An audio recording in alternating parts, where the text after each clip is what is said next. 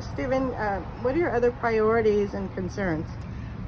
So pretty much my number one priority is, again, housing, and that includes transitional and emergency housing. In my opinion, we need to have sanctioned camps. It's the only humane and dignified way to deal with the very real problem of unhoused folks living in the street. And that's not good for them, and it's not good for the city. So we need to provide them a dignified place to live with the infrastructure. So a sanctioned camp is not just, oh, let them camp wherever. It's, let's set aside a few places that they have the option to choose from, that have showers, that have toilets, that have lockable storage and lockable housing units as well.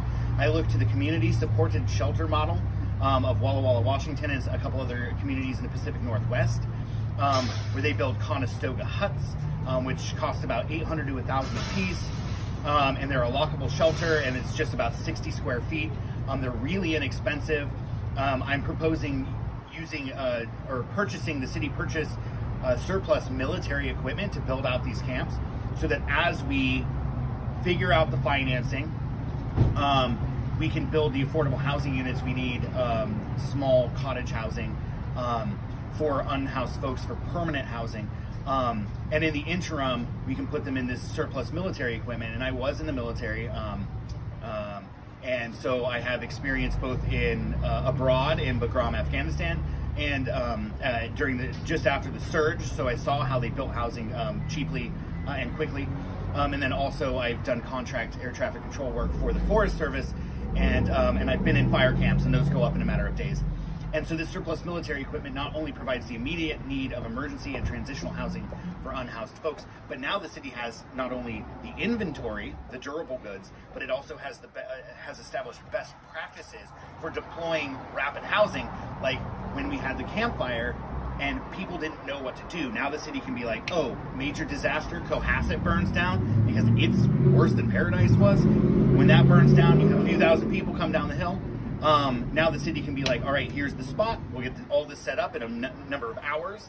And now all the service providers, the Red Cross, the insurance agents, all know where to go, because we now have, and refugee camps are just a fact of life. We think that that's a third world issue. That's what is required when, the United States military goes and bombs brown people out of their homes.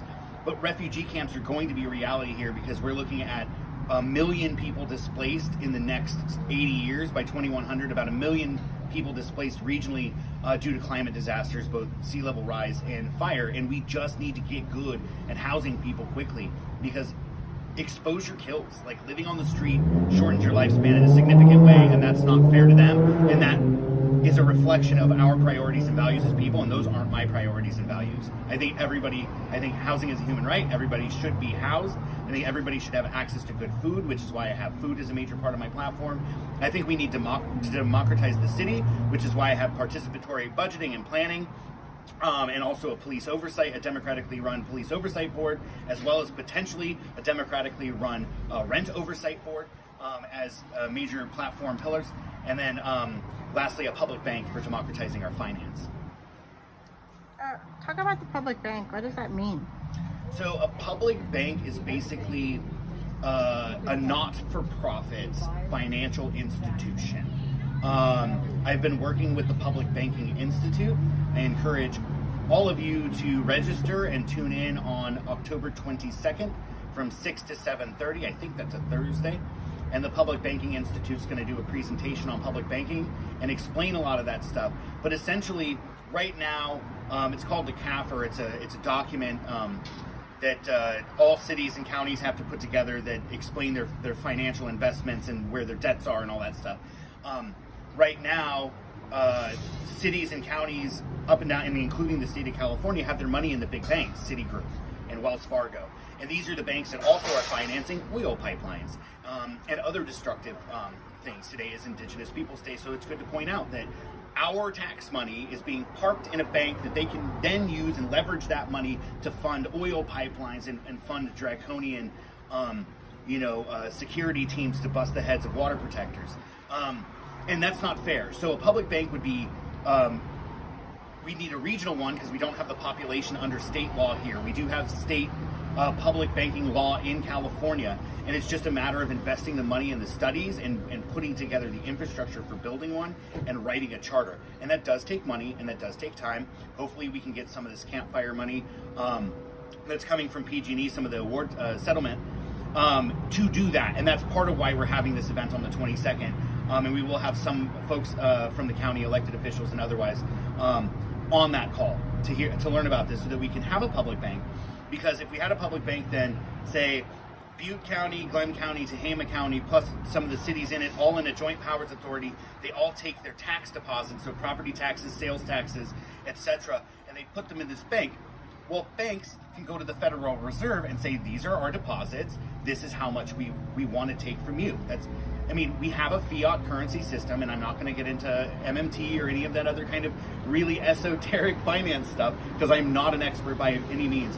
But what a public bank means is that we set in the charter what our priorities are. So we could say our priorities are affordable housing for me, and I'm really trying to figure it out because no other people in the public banking arena have experience with agriculture, but agriculture is 47% of Butte County's greenhouse gas emissions. So if we have a public bank under a joint powers authority with several counties in the region, we need to include in that charter ways to finance climate transition in our agriculture. And we can fund, energy projects, and there's all sorts of other things we can do.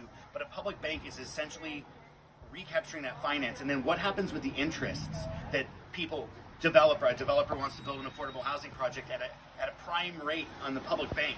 Because they can say, if you're building affordable housing, you can pay less interest than if you were through a commercial lender. And then what happens when that developer pays that interest back? That interest now becomes a deposit in the bank, and in most cases, that money gets returned to the general funds of the organizations in the agencies, the city governments, county governments in the joint powers.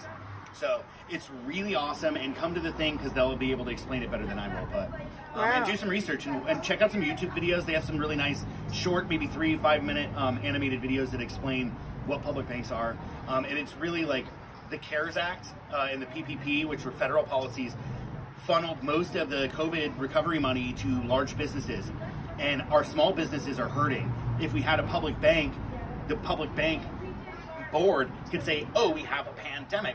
We have all of these small businesses that are don't know what to do. They lost all the revenue source because of shutdowns or whatever. They could institute emergency lending programs to keep the rent paid, to keep keep staff on, and other things to keep small businesses operating through crises like this. Instead of what we have now is the federal government says, oh, go, have a cage match down at the SBA over a small amount of limited funds, and most small businesses, especially ones running on razor thin margins, they just throw in the towel, and I don't blame them. So yeah. All right, and then last question. We are here at Bidwell Park. In the district. Yeah, really? In your district, and you picked this spot. What do you like about it? Oh, well, unfortunately, District 3 is very suburban, and there's not a lot to it. In fact, there's really only 2 other coffee shops, and I didn't choose the other one just, for political reasons. And I don't know the politics of these people. They're probably also heinous, but I don't know that. So ignorance is bliss, whereas I'm not going to support another business that is clearly part of the right-wing infrastructure here in the city. All right, well... And it's a cute little promenade. It is a little cozy space, tucked right off of First Avenue and Mangrove. And what'd you get? A mocha half sweet with no whipped cream. Oh, that sounds delicious. Was it good? Yeah, I like it. I like a bitter mocha. Awesome. I usually just drink regular coffee with milk. Yeah, awesome. Thank you so much for your time, Stephen. We really appreciated it. Okay, thank you so much.